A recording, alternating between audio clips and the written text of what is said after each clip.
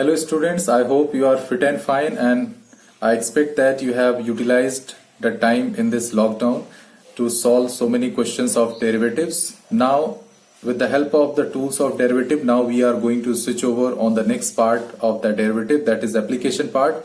In the application part we see that what are the various application of derivative to measure the rate of change or increasing or decreasing function, or in the maxima minima, or in the tangent and normals, how the derivative can play a role. So under the application of derivative, first we have the rate of change of quantities. How the derivative can be used as rate measurer. Some of the example in your class of physics you have already seen that how the rate of change in position can be represented as velocity, and how the rate of change in velocity can be represented as acceleration.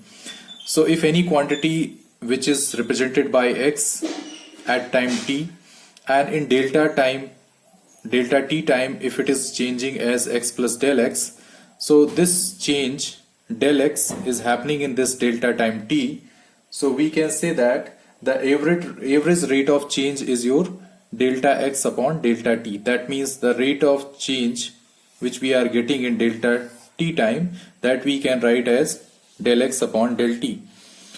But if this delta t time is extremely small, that means we are taking here limit delta t tending to 0. This symbol means that this delta t is extremely small. In that situation, this del x upon del t becomes equal to dx by dt.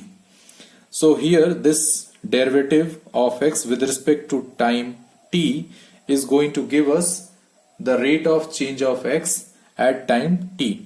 So rate of change of x at time t will be represented and measured through dx by dt. Okay, so let's see one of the example here. We are going to see through this example that how we can measure the rate of change through derivative. So here the question is given to us, an edge of a variable q is increasing. Here variable cube means the size of this cube is changing, and the edge of that means these sides which are given in that cube, they are also varying. That means this size are increasing, and that's why the size of this whole cube is also increasing. Or we can say the size of cube is increasing, that's why the sides are increasing. So edge of the variable cube is increasing at the rate of 3 centimeter per second. So here it is going to be asked that how fast. How fast means the rate has been asked. Whenever how fast, how slow, these words are coming, that means per minute or per second, what is the rate of change of this increment or decrement. So how fast is the volume of the cube is increasing when the edge is 10 centimeter long. That means at the particular length of the edge, it is asked that how fast the volume of the cube is increasing. So in this kind of question, whenever we have to measure the rate of change of volume with respect to time, that means they are asking the rate of change of volume. So we have to find out what, if we assume that the volume of this cube is V, so we have to find out dV by dt. So for finding this dV by dt, what are the things given to us? First thing which is given to us, that is rate of change of edge. If the edges are, suppose that they are given as x centimeter, all those edges of this cube are x centimeter, so we can find out the volume in terms of x. We know that the volume formula V is equal to x cube. And if we assume that let the edges of the cube be x centimeter. Okay, so volume is going to be your x cube. If volume is x cube, so we can differentiate it with respect to x both side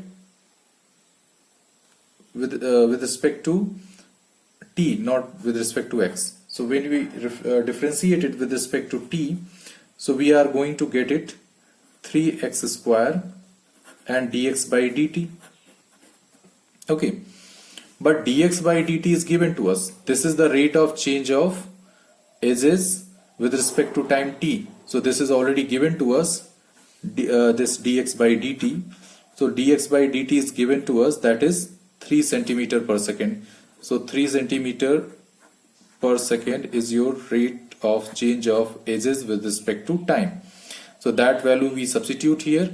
So what we are going to get, dv by dt, that is going to be 3x square into 3.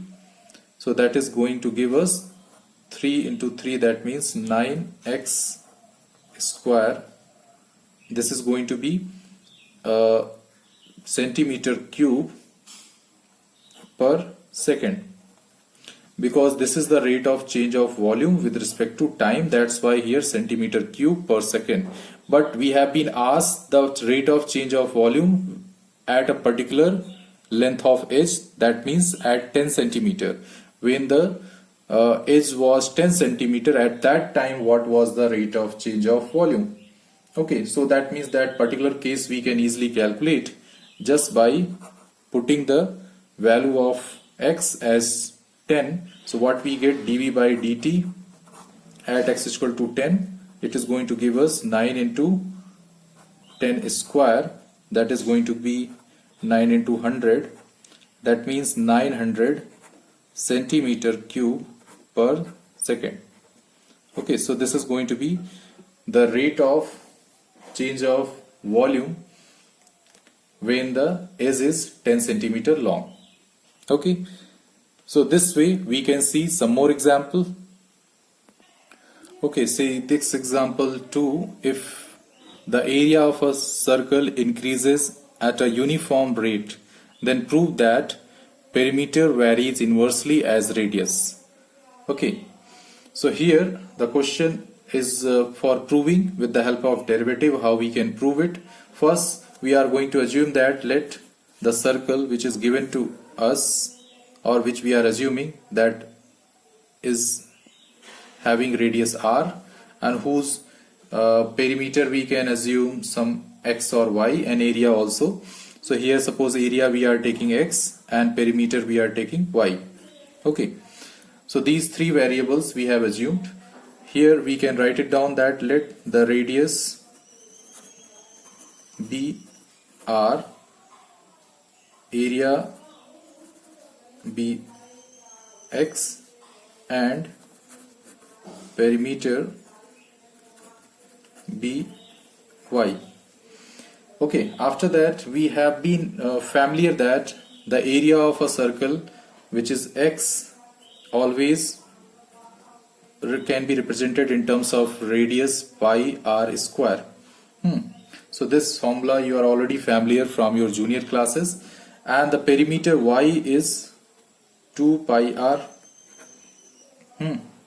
Now what has been what has to be proved here, that we have to show that the perimeter varies inversely proportional inversely as radius. That means we have to show that rate of change in perimeter will be going to be inversely proportional to the radius r. That means we have to show that dy by dt is going to be proportional to inversely proportional to r.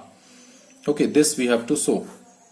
So how to show this? For that purpose we have to differentiate these equations in such a way so that we can get this relation. So how to get it? First we try to convert the whole expression in terms of only two variables, because here there are three variables x, y and r. So what we do, first of all we are going to differentiate this first equation. First equation, when you differentiate with respect to time, so dx by dt, you are going to get 2 pi r and dr by dt. Okay, and since dx by dt is constant, it is given to us. Dx by dt means the area is not changing. Here it is given that the area is not going to change, because if the area of circle increases at the uniform rate, then we have to prove that perimeter varies inversely as radius. If it is constant, so this is going to be 2 pi r dr by dt also constant, that we can assume that this is equal to some constant k.